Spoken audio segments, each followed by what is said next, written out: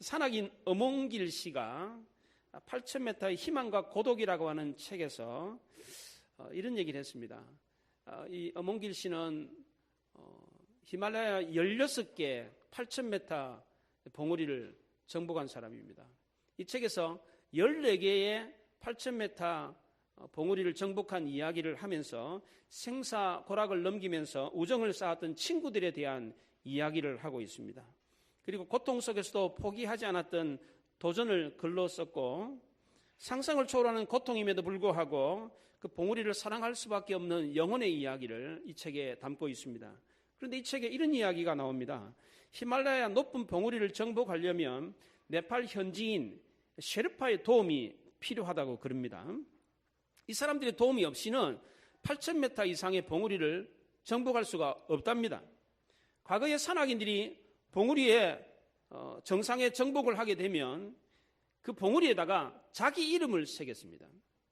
근데 셰르파 이름은 안 새겼어요. 근데 요즘은 자기를 도와줬던 셰르파의 이름을 같이 쓴다고 그래요. 히말라야 산에 정복하는 경우에 거의 70% 80%는 이 정복 그 정상에 산악인이 먼저 오르는 것이 아니라 네팔 현지인 셰르파가 먼저 정상에 오른다고 그럽니다. 먼저 그 사람이 올라가지고 손을 이렇게 내밀면서 어서 오십시오. 당신이 이 산에 오른 최초의 인간입니다. 그러면서 축하하고 축복해 줬다는 것입니다. 정상에 올라서 깃발을 휘날리며 으뜸이 되기를 좋아하는 사람이 있는가 하면 그 정상 등극을 위해서 말없이 도와주는 사람이 있습니다. 성경에 나오는 인물 가운데 히말라야 산을 오르는 사막인을 돕는 세르파와 같은 아름다운 영성을 가진 사람이 있습니다. 그 사람이 바로 오늘 본문에 나오는 세례 요한이라고 하는 사람입니다. 세례 요한은 남을 세워주고 자기는 뒤로 물러나는 아름다운 영성을 가진 사람이었습니다. 세례 요한은 구약 성경에 예언된 인물이었습니다. 예수님도 구약 성경에 예언된 인물이었죠. 그런 것처럼 이 세례 요한도 그랬습니다. 구약 성경의 마지막 책인 말라기에서 하나님은 엘리야와 같은 선지자를 너희들에게 보내주겠다, 그렇게 말씀하셨습니다. 구약 성경을 덮으면서 마지막 성경에 하나님이 엘리야와 같은 선지자를 보내주겠다라고 했던 그 사람이 바로 세례 요한이었습니다. 구약 성경과 신약 성경의 사이를 중간기라고 그럽니다. 또는 이 중간기를 암흑기라고 그러는데 그 기간이 400년이었습니다. 왜 암흑기냐? 하나님의 말씀이 없었고 성령의 역사가 나타나지 않았기 때문에 그렇습니다. 그 오랜 기간 동안에 유대인들은 손꼽아서 하나님이 보내주겠다고 하는 그 엘리야와 같은 선지자를 기다리고 있었습니다. 그 사람이 바로 누굽니까? 세례 요한이었다는 겁니다. 예수님도 이 세례 요한에 대해서 말라기가 예언했고 하나님이 약속하셨던 그 사람이다, 그렇게 말했습니다. 마태복음 11장 14절에 만일 너희가 즐겨 받을진대 오리라 한 엘리야가 곧 이 사람이니라, 그렇게 말했습니다. 이 사람이 누굽니까? 바로 세례 요한입니다. 예수님은 이 세례 요한을 가리켜서 여자가 낳은 자 중에서 가장 큰 자다라고 말씀하셨습니다. 세례 요한은 주의 길을 예비하는 자로서 이 땅에 왔습니다. 세례 요한 자신도 본인을 가리켜 나는 주의 길을 예비하기 위해서 광야에서 외치는 자의 소리다, 그렇게 말했습니다. 성경에 나오는 인물 가운데 세례 요한만큼 겸손한 사람을 찾아보기가 어렵습니다. 세례 요한은 자신을 가리켜 곧 내 뒤에 오시는 이가 그이라, 나는 그의 신발끈 풀기도 감당하지 못하겠노라, 그렇게 말했습니다. 그는 흥하여야 하겠고 나는 쇠하여야 하리라 라고 하는 유명한 말을 했습니다. 자신을 가리켜 광야에서 외치는 자의 소리다. 마차 타고 가면 이렇게 비키시오 비키시오 이렇게 외치는 사람 있잖아요. 비키시오, 길 비켜주세요 하면 이렇게 외치는 사람, 그런 사람이라는 거예요. 소리는 한번 소리를 내고 나면 금방 듣는가 동시에 없어져 버리는 것입니다. 마치 나는 소리로서 다른 사람을 나타내는 영성, 이게 바로 세례 요한의 영성이었습니다. 예수님의 영성도 똑같았습니다. 자기를 죽이고 남을 살리는 영성이었습니다. 그런데 우리는 어떻습니까? 그는 흥하여야 하겠고 나는 쇠하여야 하리라고 그랬는데 우리의 영성은 어떻습니까? 그는 쇠하고 내가 흥해야 되는 영성을 갖고 있지 않습니까? 이게 우리의 본성 아닙니까? 그런데 세례 요한은 그렇지 않았다는 것입니다. 자기는 소리로서 없어지지만 그리스도를 나타내는 자로 이 땅에 왔다, 그렇게 말을 했습니다. 이런 세례 요한의 아름다운 영성이 어디에서 생긴 것입니까? 그의 어머니 엘리사벳에게서 물려받은 것이었습니다. 세례 요한의 어머니 엘리사벳은 예수님의 어머니 마리아와 친척간이었습니다. 나중에 엘리사벳은 임신한 마리아를 만나게 되는데 마리아가 그럽니다. 나는 하나님의 아들을 임신했습니다. 잉태했습니다. 그렇게 말을 했어요. 천사 가브리엘이 마리아에게 나타나가지고 너가 지극히 높으신 하나님의 아들을 임신했다. 그렇게 말을 했습니다. 이 얘기를 듣고 난 뒤에 마리아가 엘리사벳을 문안을 했어요. 여기 문안했다는 말은 안녕하세요, 뭐 잘 지냈습니까? 이런 뜻이 아닙니다. 예. 유대인들에게 문안했다는 말은 더 큰 의미가 있습니다. 사도 바울은 자신의 편지에서 누구누구에게 문안하라라는 말을 자주 했는데 여기서 문안하라는 말은 인사를 전해라, 안부를 전해라 그런 뜻이 아닙니다. 유대인들에게 문안하라는 말은 간증하라, 자신의 삶을 나누라 그런 뜻입니다. 마리아가 엘리사벳에게 간증했던 것이 무엇입니까? 천사 가브리엘이 나에게 나타나가지고 내가 하나님의 아들을 잉태했대요. 내 뱃속의 아이는 하나님의 아들이에요. 그렇게 말을 했습니다. 똑같이 아이를 임신한 아줌마가 엘리사벳도 임신을 했고 마리아도 임신을 했습니다. 그런데 똑같이 아이를 임신한 아줌마가 옆에 마리아가 내 아이는 하나님의 아들이에요. 이런 얘기를 들었을 때 어떤 마음이 들겠습니까? 그래, 너 잘났다 이거사. 나는 열심히 기도해가지고 겨우 아들 하나 임신했는데 너는 기도도 하지 않고 결혼도 안 했는데 근데 임신을 했다고? 그것도 뭐 하나님의 아들이라고? 처녀가 배가 불러도 할 말이 있다더니 꼭 그 꼴이구만. 그래, 너가 하나님의 아들을 임신했다 치자. 그래서 그걸 나한테 지금 자랑하는 거야? 이렇게 시기했습니까? 그렇지 않습니다. 오히려 엘리사벳이 마리아를 축복해 줬습니다. 41절과 42절에 보면 엘리사벳이 성령의 충만함을 받아 큰 소리로 불러 이르되 여자 중에 내가 복이 있으며 내 태중의 아이도 복이 있도다. 큰 소리로, 이야, 너가 진짜 복이 있다. 그리고 너뿐만 아니라 너 복 중에 있는 아이도 복이 있다. 이렇게 말을 했습니다. 그랬더니 그 복 중에 있는 아이도 엘리사벳이 임신한 가운데 그 축복을 해줬거든요. 근데 축복을 했더니 자기 뱃속에 있는 아이도 뛰놀았다. 그렇게 말을 합니다. 그 어머니의 그 아들이었습니다. 남을 축복했더니 그 뱃속에 있는 아이도 기뻐가지고 나도 축복한다, 나도 축복한다. 그렇게 말했다는 거예요. 세례 요한이 그는 행하여야 되겠고 나는 세하여야 하리라 라고 하는 이 영성을 어디서 배운 겁니까? 그의 어머니에게서 배웠어요. 이런 가정이 행복한 가정인 겁니다. 사무엘은 이스라엘 백성들에게 이런 고백을 했습니다. 나는 너희를 위하여 기도하기를 쉬는 죄를 결단코 범치 않겠다. 그렇게 말을 했습니다. 사무엘이 이런 고백을 할 수 있었던 이유가 무엇입니까? 그의 어머니의 영성을 배웠기 때문입니다. 사무엘의 어머니가 누굽니까? 한나입니다. 한나가 아들을 어떻게 낳았습니까? 기도해가지고 낳았어요. 그래서 한나는 기도가 얼마나 중요한지를 알고 있었습니다. 그래서 아들 사무엘에게 이것을 철저하게 가르쳤습니다. 사무엘은 그의 어머니가 기도하는 어머니라는 것을 배웠기 때문에 죽을 때까지 기도를 쉬는 죄를 범치 않겠다. 그런 말을 했던 겁니다. 우리 어머니는 나를 기도해가지고 낳으셨어. 나는 어머니를 통해서 기도를 쉬는 것은 죄라고 배웠어. 어머니가 기도하는 분이었기 때문에 나도 기도하는 삶을 살 거야. 이렇게 말했다는 겁니다. 이런 사무엘의 영성은 그의 어머니에게서 물려받은 것이었습니다. 사무엘이 그랬던 것처럼 세례 요한도 마찬가지였습니다. 신앙의 집안에서 신앙의 인물이 나오는 것입니다. 어머니의 영성이, 아버지의 영성이 자녀에게 그대로 이어지는 것입니다. 세례 요한이 여자가 낳은 자 중에서 가장 큰 자가 된 이유가 무엇입니까? 우리는 성경에 나오는 위대한 인물들을 보면 뭔가 특별한 비법이 있을 거다. 그렇게 생각합니다. 그런데 사실은 그렇지 않습니다. 성경의 진리는 너무나도 쉽고 단순합니다. 예수 믿으면 구원받습니다. 겸손한 자가 큰 자가 됩니다. 얼마나 쉽습니까? 성경은 이런 기본적인 진리를 계속해서 반복해서 말합니다. 성경에서 말하는 진리는 한의학에서 말하는 비방, 자기만 알고 있다가 죽기 전에 제자들한테 딱 남기고 가는 그 비방, 남들한테는 안 가르쳐주는, 며느리도 모르는 그 비방, 그런 비방이 아니에요. 너무나도 쉽고 단순해요. 누구든지 알 수 있고 누구든지 따라 할 수 있는 그런 방법이에요.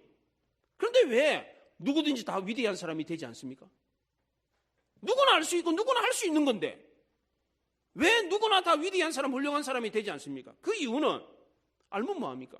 안 따라하는데. 신약 성경에서 이방인 가운데 복음이 최초로 증거된 가정이 어떤 가정입니까? 고넬로의 가정이었습니다.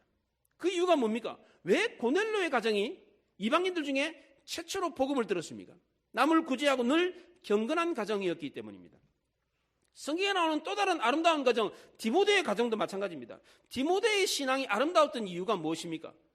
그의 할머니 로이스와 그의 어머니 유네게의 아름다운 신앙을 배웠기 때문입니다. 디모데는 신앙의 뼈대가 있는 가정에서 자랐습니다. 어려서부터 성경을 배웠고 할머니와 어머니를 통해서 그 신앙을 보고 배웠습니다. 성경에 나오는 행복한 가정, 고넬료의 가정, 디모데의 가정, 세례 요한의 가정, 사무엘의 가정의 공통점이 무엇입니까? 이들 가정에 뭔가 특별한 것이 있었습니까? 그렇지 않습니다. 너무나도 쉽고 단순한 원리를 따랐을 뿐입니다. 하나님을 경외하고 늘 기도하고 이웃을 사랑해서 구제하는 삶을 살았을 뿐입니다. 이 원리가 뭐 어렵습니까? 너무나도 쉽고 단순합니다. 근데 왜 우리 가정은 아름다운 가정이 안 됩니까? 왜 우리 가정은 명문 가정이 안 됩니까? 안다고 할지라도 실천하지 않으면 안 되는 겁니다. 그렇다면 성경에서 말하는 아름답고 행복한 가정을 만드는 이 쉽고 단순한 원리가 무엇입니까? 첫째는 하나님을 경외하는 가정입니다. 세례 요한의 가정의 원리가 무엇입니까? 6절에 보면 이 두 사람이 하나님 앞에 의인이니 그렇게 말했습니다. 하나님 앞에 큰 자가 나오는 가정의 원리가 바로 여기에 있습니다. 두 사람이 하나님 앞에서 의인이었다는 겁니다. 이 두 사람이 누굽니까? 세례 요한의 아버지 사가랴와 세례 요한의 어머니 엘리사벳이었습니다. 이 두 사람은 다 하나님을 경외하는 사람이었습니다. 수레를 끄는데 한쪽에서는 말이 끌고 한쪽에서는 노새가 끌면 그 수레가 똑바로 가겠습니까? 한쪽은 키가 크고 다리가 긴데 한쪽은 키도 작고 조그마한 짐승이 끌면 수레가 똑바로 가겠습니까? 이게? 그럴 수가 없죠. 어머니의 아버지의 신앙이 같아야 됩니다. 어머니 아버지의 신앙이 다르면 반드시 문제가 발생하게 되어 있습니다. 물론 당장 보기에는 문제가 없는 것처럼 여겨질 수 있습니다. 그러나 나중에는 반드시 문제가 발생합니다. 대개의 경우에 물질 부분에 있어서는 꼭 문제가 생깁니다. 예수 안 믿는 남편들은 부인이 교회 간다 그러면 뭐 새벽기도 간다, 철야 간다 그러면 가라 그래요. 왜? 자녀를 위해서, 남편을 위해서, 가정을 위해서 기도하니까 가서 얼마든지 기도하라, 예배 드리라, 인정을 합니다. 그런데 이 부분에 있어서는 절대 인정을 안 해요. 어떤 부분입니까? 물질 부분입니다. 내가 쇠가 빠지게 벌어온 돈을 왜 교회에다 갖다 바치냐 이거예요. 그 돈으로 차라리 어머니 아버지 용돈이라도 더 주지 뭐 하려고 교회에다 갖다 바치냐고. 나는 그런 하나님 안 믿는다고. 내가 만약에 하나님이라면 하나님이 무슨 밥을 먹냐 옷을 입냐, 그러니까 너나 사 먹어라, 너나 쓰라, 그러면서 나는 돈 안 받겠다 그렇게 말할 거다 하면서 헌금 문제에 있어서는 허락을 하지 않습니다. 다른 거는 몰라도 물질 부분에 있어서는 억연일치를 보지를 못합니다. 하나님께 드리는데 인색한 사람은 하나님께 뿐만 아니라 부모에게도 인색합니다. 예수님 당시에 유대인들이 그랬습니다. 고르반이라 그래가지고 이거는 하나님께 바침받았다. 부모가 왔는데 좋은 고기가 있어요. 좋은 과일이 있어요. 근데 부모한테 한다는 말이 이거 하나님께 바친 겁니다. 그러면서 부모를 안 줬어요. 그 이유는 하나님께 바치기 위해서 그런 게 아니라 부모한테 안 주려고 고르반이라는 말을 썼다는 거예요. 이게. 부모에게 안 주는 사람은 하나님께도 안 주고 하나님께 안 주는 사람은 부모에도 안 줘요. 예나 지금이나 물질에 인색한 것은 사람들은 누구나 다 똑같습니다. 그런데 세례 요한의 어머니 아버지는 그렇지 않았다는 겁니다. 오늘 본문 6절에 보면 그 두 사람이 하나님 앞에 의인이니 주의 모든 계명과 규례대로 흠이 없이 행하더라 그렇게 말했습니다. 두 사람 다 하나님 앞에서 온전하게 신앙생활을 했습니다. 자녀는 이런 부모의 신앙을 보고 배우는 것입니다. 내 어머니가 내 아버지가 어떻게 하는가, 어떻게 신앙생활을 하는 것을 보고 배웁니다. 제가 어린 시절에 저희 어머니 저희 그 집에 장독대, 그 연탄 창고 위에 장독대가 있었어요. 장독대 위에 그 날씨가 이렇게 햇빛이 쨍쨍 내리쬐면 장독대 뚜껑을 열어놔요. 그 곰팡이 생기지 말라고 뚜껑을 열어놓는다고. 그 뚜껑 열어놓으면 꼭 누가 된장, 고추장을 퍼가요. 예. 그래서 어머니가 그 장독대 뚜껑을 닫으면서 또 퍼갔네. 그러면서 뚜껑을 닫아요. 그래서 제가 그랬죠. 그 퍼간 사람 잡아야죠. 그랬더니 어머니가 하시는 말씀이 도둑질 해가지고 잘 사는 법 없다. 그러면서 그냥 뚜껑을 닫더라고. 저는 어린 시절에 그 말을 이해를 못했어요. 예. 근데 나중에 어른이 돼서 그 말이 이해가 되더라고. 예. 도둑질 해가지고 잘 사는 사람 없습니다, 진짜. 예, 그래요. 근데 도둑 맞은 사람은 잘 살아요, 그래도. 예. 남에게 베푸는 사람 적이 없습니다. 예. 그걸 배웠어요. 세례 요한의 어머니 아버지는 주의 모든 계명과 규례대로 행했더라 그랬어요. 이러니까 무슨 적이 있겠어요. 예. 존경받는 사람이 되는 겁니다. 어떤 부모는 자식을 사랑하기는 사랑하는데 자기 방식대로 자식을 사랑하는 분들이 계세요. 신앙생활을 하기는 하는데 자기 방식대로 신앙생활하는 사람이 있습니다. 이웃을 사랑하기는 하는데 자기 방식대로 이웃을 사랑해. 길거리 가다가 가난한 사람 보면 호주머니 속에 있는 돈 다 털어줘요. 그것도 부족해가지고 가난한 사람은 집으로 데려가지고 먹이주고 입혀주고, 그리고 돌아갈 때 카드 긁어가지고 돈 챙겨주는 사람이 있습니다. 그런데 기도는 안 해요. 예배는 안 드려요.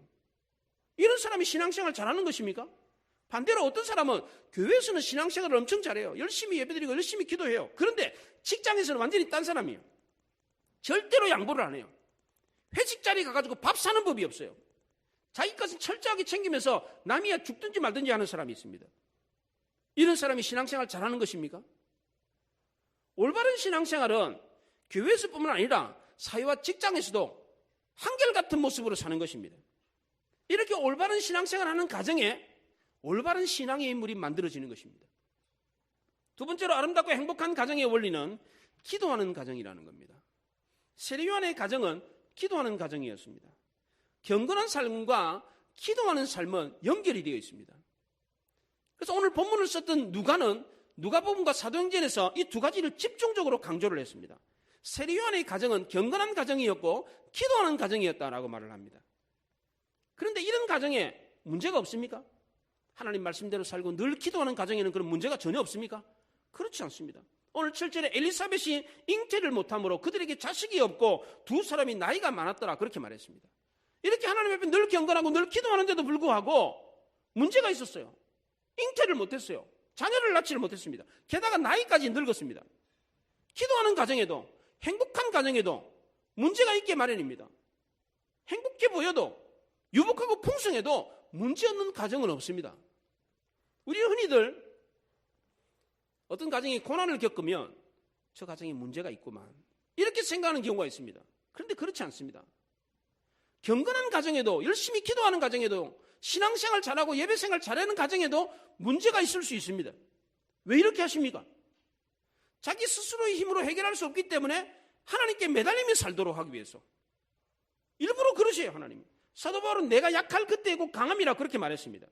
하나님은 왜 사도 바울에게 이런 고백을 하게 하십니까? 약한 자가 강한 자가 되기 때문에 그렇습니다. 하나님 앞에서 약한 자가 강한 자가 된다고 고백하고 있는 것입니다. 하나님, 이것만큼은 내가 할 수가 없습니다. 하나님, 이거 도와주시지 않으면 나 이거 해결하지 못합니다. 이렇게 매달리는 사람이 온전한 사람이라는 것입니다. 가정도 마찬가지입니다. 하나님, 우리 가정 하나님이 도와주시지 않으면 안 됩니다. 이렇게 매달리는 가정이 온전한 가정이 된다는 것입니다. 이렇게 매달리고 하나님께 가까이 가는 때가 언제입니까? 고난당할 때입니다. 성경에 나오는 아름다운 사람들은, 아름다운 가정들은 고난의 때에 더욱더 빛이 났습니다. 문제가 생기고 어려움과 고난이 닥치면 눈물을 흘리는 가정이 아름답고 온전한 가정이었습니다. 제살았다고 승승장구하는 부자로 떵떵거리며 사는 가정이 온전하고 아름다운 가정이 아니었습니다. 하나님께 엎드리고 하나님께 매달리고 전적으로 하나님만 신뢰하는 가정이 아름답고 온전한 가정이었습니다. 세례요한의 가정이 아름다웠던 이유가 무엇입니까? 고난이 왔을 때 눈물을 흘릴 줄 알았기 때문입니다. 오늘 13절에 보면 천사가 그에게 이르되 사가랴여 무서워하지 말라, 너의 간구함이 들린지라, 그렇게 말했습니다. 고난이 왔을 때 누가 하나님께 간구를 했습니까? 세례요한의 아버지 사가랴입니다. 가장이 기도를 했어요. 이런 가정이 있습니다. 여보, 나는 열심히 돈 벌어올 테니까 당신이 가서 열심히 기도해. 이런 가정이 있습니다. 이거는 옳지가 않습니다. 같이 기도해야 됩니다. 부인도 기도하지만 가정의 가장인 남편도 기도를 해야 됩니다. 한국 교회는 기도하는 아버지가 드뭅니다. 그렇잖아요. 우리 교회도 기도하는 자리에 남자분들이 별로 안 와요. 다 여자분들만 와요. 얼마나 안타깝고 슬픈 일입니까? 기도하는 아버지가 얼마나 아름다운지 모릅니다. 세상 앞에서는 울지 않지만 하나님 앞에서 울 줄 아는 아버지, 얼마나 아름다운지 모릅니다. 세례요한의 집에는 사가랴 아버지가 기도했을 때 역사가 일어났습니다.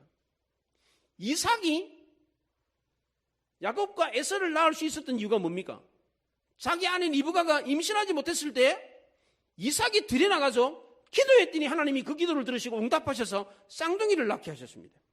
기도하면 반드시 역사가 일어납니다. 우리가 일할 때는 우리가 일을 하지만 우리가 기도할 때는 하나님이 일하십니다. 기도하는 사람에게는 하나님의 초자연적인 힘이 열립니다. 빌 하이벨스 목사님이 너무 바빠서 기도합니다라고 하는 책에서 이런 얘기를 했습니다. 기도하지 않는 사람은 자기 수준으로 일하지만 기도하는 사람은 하나님의 수준으로 일합니다. 기도하지 않는 사람은 생각이 많습니다. 생각이 많은 사람은 근심 걱정이 많습니다. 기도하면 처음에는 참 우연의 일치다라고 하는 일들이 생깁니다. 처음에는 이게 우연이겠거니라고 생각하는데 기도할수록 아니라는 것을 알게 됩니다. 이것이 바로 기도의 맛입니다. 나중에는 기도 응답 받는 것이 기쁜 것이 아니라 기도할 때 하나님이 내 기도를 들으시는구나, 하나님이 나와 함께 하시는구나 라고 해서 하나님을 알아가면서 감격하는 것이 더 기쁩니다. 그렇게 말을 했습니다. 기도하면 우연이 아니라 기적의 하나님이 나와 함께 하신다는 사실을 알게 된다는 것입니다. 이런 하나님께 자녀를 기도하며 맡기고 양육하는 가정이 정말 행복한 가정이고 온전한 가정이고 위대한 인물을 배출하는 가정이 되는 것입니다. 마지막 셋째로 행복한 가정의 원리는 성령 충만한 가정입니다. 오늘 15절에 보면 이는 그가 주 앞에 큰 자가 되며 포도주나 독한 술을 마시지 아니하며 모태로부터 성령의 충만함을 받아, 그렇게 말을 했습니다. 세례요한은 모태로부터 성령의 충만함을 받았습니다.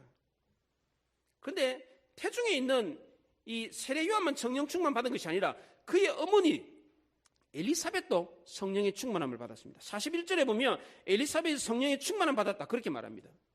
아이를 임신한 산모를 위해서 축복 기도를 해줍니다. 가장 좋은 기도가 어떤 기도인지 아십니까? 두 가지를 꼭 기도해 주는 것입니다. 하나는 아이가 모태로부터 성령 충만하게 해주십시오. 또 하나는 아이를 임신한 어머니도 산모도 성령으로 충만케 해주십시오 라고 기도하는 것입니다. 어머니가 성령에 충만하니까 복중에 있는 아이도 성령에 충만했습니다. 에베소서는 충만의 책이라고 합니다. 에베소서에 충만, 풍성이라고 하는 말이 12번 나옵니다. 12번 나오는데 그 가운데서 사도 바울이 특별히 이것만큼은 꼭 충만해라, 그러면서 강조한 것이 있습니다. 오직 성령의 충만함을 받으라 그랬어요. 다른 거는 몰라도 이것만큼은 꼭 충만해야 된다. 성령의 충만, 오직 성령의 충만함을 받으라, 그렇게 말을 했습니다. 왜 그렇습니까? 다른 거는 몰라도 이것만큼은 꼭 충만 받으라 라고 하면서 성령 충만을 강조했습니다. 왜 그렇습니까? 성령 충만 받으면 건강 충만, 물질 충만, 은혜 충만, 지혜 충만이 절로 생기기 때문에 그렇습니다. 여러분의 가정이 건강이 충만하기를 빕니다. 물질이 충만하기를 빕니다. 여러분이 자녀에게 지혜가 충만하기를 빕니다. 여러분에게 은혜가 충만하기를 빕니다. 그런데 이 모든 충만이 어디에서부터 옵니까? 바로 성령 충만에서 온다는 것입니다. 그렇다면 자녀를 위해서, 남편과 아내를 위해서, 가정을 위해서 기도할 때 먼저 뭐부터 구해야 되겠어요? 성령 충만입니다. 왜? 성령 충만하면 모든 것이 다 따라오기 때문입니다. 성령은 우리에게 오실 때에 빈손으로 오지 않습니다. 바리바리 싸들고 와요. 그래서 성령 충만하면 부족함이 없는 역사가 일어나는 겁니다. 부모가 성령 충만하면 부족함이 없습니다. 자녀가 성령 충만하면 문제될 게 없습니다. 여러분의 가정이 성령 충만하면 어려움을 겪을 일이 없어요. 원수마귀가 떠나가는 역사가 일어납니다. 늘 부족함이 없는 가정이 됩니다. 이것을 믿으시기 바랍니다. 오늘 본문에 우리가 본받아야 될 세례요한의 이 아름다운 영성은 어디로부터 비롯되었습니까? 어머니 아버지로부터 비롯되었습니다. 어머니 아버지가 하나님을 경외하는 분들이었습니다. 그래서 하나님의 모든 말씀과 기례대로 행하는 사람들이었습니다. 겸손하게 하나님 앞에 나와서 기도하는 분들이었습니다. 하나님 아니고서는 안 됩니다. 우리 가정 하나님이 돕지 않으시면 우리 가정 살아갈 수가 없습니다. 눈물로 기도하며 매달릴 줄 아는 분들이었습니다. 또 하나 위대한 신앙의 인물을 만들어냈던 가정의 아버지 어머니는 성령으로 충만한 분들이었습니다. 부모의 영성은 자녀에게 그대로 이어집니다. 어머니 아버지가 성령으로 충만하면 자녀도 복중에서부터 성령에 충만합니다. 이런 가정이 위대한 인물을 배출하는 것입니다. 그런데 오늘 본문에 나오는 사가랴와 엘리사벳의 가정이 처음부터 성령 충만하고 늘 기도하고 하나님을 경외하는 가정이었습니까? 그렇지 않습니다. 오늘 25절을 보십시오. 주께서 나를 돌보시는 날에 사람들 앞에서 내 부끄러움을 없게 하시려고 이렇게 행하심이라 하더라, 그렇게 말했습니다. 사가랴는 나이가 늙고 그런데도 자식이 없어가지고 부끄러움을 당했습니다. 엘리사벳은 애를 낳지 못한다고 부끄러움을 당했습니다. 마리아도 마찬가지입니다. 남자 없이 아이를 임신했다고 부끄러움을 당했습니다. 이런 부끄러움을 누가 없이 해주십니까? 하나님입니다. 우리는 세상 사람들로부터 부끄러움을 당하는 경우가 종종 있습니다. 시험에 낙방해가지고, 사업에 실패해가지고, 인간관계에 문제가 있어가지고, 가정에서나 혹은 직장에서 인간관계에 문제가 있어가지고 부끄러움을 당하는 경우가 종종 있습니다. 이런 부끄러움을 당하면 어떻게 합니까? 소극적인 사람들은 대개의 경우에 숨어버립니다. 사람 만나고 싶지 않습니다. 자신감을 잃어버리고 무기력해집니다. 그냥 조용히 숨어서 살고 싶습니다. 그런데 하나님의 사람들은 그렇지 않습니다. 세상은 우리에게 부끄러움을 주지만 하나님은 정반대이십니다. 세상 앞에서 부끄러움을 당하고 실패한 인생을 사는 자녀를 하나님은 어떻게 보십니까? 더 긍휼히 여기시고 더 애착을 가지고 더 사랑을 베풀어 주십니다. 우리나라는 집이나 상점에, 가게에 축복의 문구를 쓸 때 뭐라 그럽니까? 입춘대길, 봄이 와가지고 경사스러운 일이 쏟아져 들어와라. 가화만사성, 집안이 화목하면 모든 일이 잘 된다. 건양다경, 입춘을 맞아가지고 좋은 일들이 오기를, 이런 문구들을 이렇게 상점이나 집에다가 문구를 붙입니다. 유대인들은 그러면 가게에다가 어떤 문구 붙이겠습니까? 유대인들은 상점에 실패한 일은 모두 잊어버리고 새로이 시작한다라고 하는 문구를 주로 붙인다고 합니다. 이것이 바로 유대인들의 비즈니스 마인드입니다. 이런 점에서 우리나라 사람들하고 비교를 해보면 어떻습니까? 우리나라는 실패는 성공의 어머니다 그렇게 말합니다. 물론 맞는 말이고 좋은 말입니다. 그런데 이것은 다른 각도로 생각해보면 그 사람의 가능성을 제한하는 말이 될 수가 있습니다. 과거의 실패의 두려움 때문에 새로운 시도를 하지 못하게 하는 그런 문구가 될 수가 있습니다. 하지만 유태인들은 실패한 과거는 아예 생각하지 말고 새롭게 시작하라 그렇게 말을 합니다. 유태인들은 세계 어느 민족보다도 긍정적이고 진취적인 사고를 가지고 있습니다. 유태인들의 속담 가운데 이런 속담이 많습니다. 어둠이 짙을수록 빛이 가까이 있다. 두려움을 동반하지 않는 희망이 없고 희망을 동반하지 않는 두려움도 없다. 유대인들은 이런 긍정적이고 적극적인 사고를 가지고 늘 도전하기 때문에 세계에서 최고의 민족이라고 합니다. 노벨상을 가장 많이 타는 민족입니다. 지금 유대인들의 인구가 미국에 지금 가장 많이 사는데 미국 인구가 2억 8천 정도 되는데 그중에 2.2%가 유태인입니다. 한 600만 명 정도 미국에서 삽니다.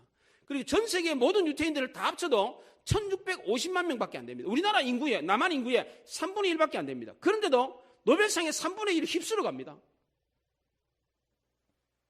이 적은 숫자의 유대인들이 세계를 지배합니다. 왜 그렇습니까? 머리가 똑똑해서 그렇습니까? IQ가 좋아서 그렇습니까? 그렇지 않습니다. 우리나라 사람보다 IQ가 좋은 게 아닙니다. 우리나라 사람들 진짜 IQ가 좋아요. 우리나라 사람 머리 좋은 거 한국에서 사니까 여러분들 잘 모르시죠? 외국 나가보세요. 외국 학생들하고 한번 공부 한번 해보세요. 우리나라 사람들이 머리가 좋다는 금방 압니다. 어떤 과제를 주면 한국 학생들은 한 6개월이면 해내는 거를 중국이나 일본 애들은 2년 걸립니다. 2년. 실제로 저는 그걸 보았습니다. 한국 학생들이 그렇게 머리가 좋습니다. 우리나라 사람들이 그렇게 머리가 좋아요, 진짜. 예. IT 강국이 된 이유가 이 우연이 아닙니다, 이게. 전 세계에서 가장 머리 좋은 나라가 대한민국이라 해도 과언이 아닙니다. 예. 근데 유태인들이 머리가 좋아서 노벨상 3분의 1 휩쓸어 갑니까? 그 적은 인구가? 그렇지 않습니다. 그 이유가 무엇입니까? 실패를 두려워하지 않고 오히려 그 실패를 성공에 가까운 것으로 여기기 때문에 그렇습니다. 실패를 했다. 그러면 나 다음에는 성공하겠네? 이런 확신을 갖는다는 거예요. 사가랴와 엘리사벳 부부는 그 시대에 실패한 인생이었습니다. 대가 끊겼습니다. 남들에게 손가락질을 받고 부끄러움을 당하고 있었습니다. 그래서 이 두 사람의 인생이 실패로 끝났습니까? 그렇지 않습니다. 오히려 더 위대한 가정이 되었습니다. 세례 요한이라고 하는 훌륭한 아들을 낳았습니다. 구약에 예언된 인물을 낳았습니다. 세례 요한은 말라기서에 예언된 하나님이 보내주겠다고 하는 선지자와 같은 사람이었습니다. 여자가 낳은 자 중에서 가장 큰 자였습니다. 심지어 그 당시의 왕이었던 헤롯 왕도 이 세례 요한을 함부로 하지를 못했습니다. 죽이고 싶어도 죽일 수가 없었습니다. 만약 그때 사가랴와 엘리사벳이 나이가 늙고 아이를 못 낳았다고 부끄러워가지고 성전에도 안 나가고 집에만 숨어서 살았더라면 세례 요한과 같은 훌륭한 아들을 낳을 수 있었겠습니까? 사가랴는 부끄러움 중에서도 성전에 나가가지고 제사장 직무를 성실하게 잘 감당했습니다. 그리고 열심히 기도했습니다. 엘리사벳도 성령이 충만한 가운데 사람을 만났습니다. 마리아를 만났습니다. 우리 인생의 문제의 해결자는 하나님이십니다. 인생의 실패를 경험하고 부끄러움을 당했다고 할지라도 더 적극적으로 하나님을 의지하고 하나님께 매달리며 분명히 놀라운 기적의 역사를 경험할 수 있습니다. 하나님은 실패와 아픔을 겪은 이들에게 더 큰 사랑과 긍휼을 베푸십니다. 여러분이 육신의 부모도 그렇지 않습니까? 실패를 경험한 자녀를 보면, 가정이 깨지고 직장에 잘리고 시험에 떨어진 자녀를 보면 부모님들이 어때요? 그 자녀를 보면 더 불쌍히 여기는 마음, 더 애착을 갖잖아요. 우리 하나님도 마찬가지라는 것입니다. 비록 지금 우리의 가정이 형편없고 보잘것없다고 할지라도, 깨어졌다고 할지라도, 실패했다고 할지라도, 부끄러움을 당하고 있다고 할지라도 괜찮다는 거예요. 우리 역시도 사가랴와 엘리사벳 가정처럼 하나님을 경외하고 늘 기도하고 성령으로 충만하며 행복한 가정, 위대한 가정, 아름다운 가정을 만들 수 있다는 것을 믿으시기 바랍니다. 그런데 중요한 것은 이것을 아는 것으로 그치지 마시고, 너무나도 단순한 진리, 알면 뭐예요? 실천하지 않으면 아무 소용이 없다는 거예요. 이게 너무나도 쉽잖아요. 너무나도 단순하잖아요. 이 단순한 진리를 실천함으로, 여러분의 가정이 비록 형편없는 가정, 보잘것없는 가정이라고 할지라도 이 단순한 진리를 실천함으로 여러분들도 엘리사벳과 사가랴와 같이 훌륭한 가정을 만들 수 있기를 바랍니다. 기도하겠습니다.